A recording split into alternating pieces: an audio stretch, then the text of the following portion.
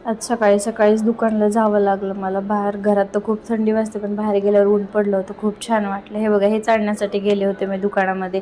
कपडे धुवायला गेले, बघितलं तर काही निर्माच नाही आहे. मग म्हटलं की घेऊन यावं, म्हणूनच गेले सकाळी सकाळी मी दुकानला. मी 2 निरमा अशी घेऊन मस्त मिक्स करून वापरते, कारण त्याच्याने खूप छान सुगंध पण येतो आणि निघतात पण कपडे. आंघोळ केली, लगेच कपडे धुवलेले वाळत घालून घेतले. आणि जो हा चिमटा दिसतोय ना इथं लावलाय, तर मग जायच्या टायमिंगला भेटतच नाही, म्हणून म्हटलं की इथंच लावून ठेवावं, म्हणजे परत आपल्याला लक्षात राहतं. मग लगेच देवपूजा वगैरे करून घेतली आणि स्वयंपाक बनवायला गेले. स्वयंपाकामध्ये मी आज आलू मटारची भाजी बनवणार होते.